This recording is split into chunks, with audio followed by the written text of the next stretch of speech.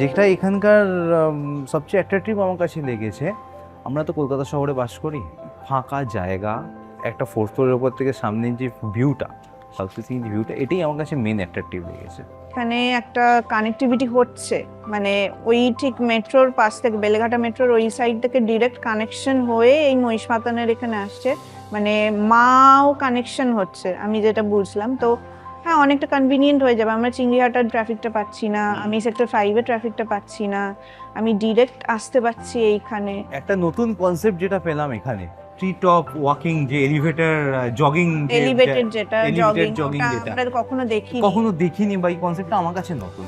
Open meditation and open gym workout, এটা খুব ভালো। ভলিবল কোর্ট আছে, বাস্কেটবল কোর্ট আছে, আর একটা পিকেল বল কোর্ট আছে। সিকিউরিটিটা এদের একটু আরো মডার্নাইজড করেছে, সিকিউরিটিও দিচ্ছে, তার সাথে আপনার প্রত্যেকটা এতে একটা করে ইন্টারকম এরা প্রোভাইড করে দিচ্ছে আমাদের।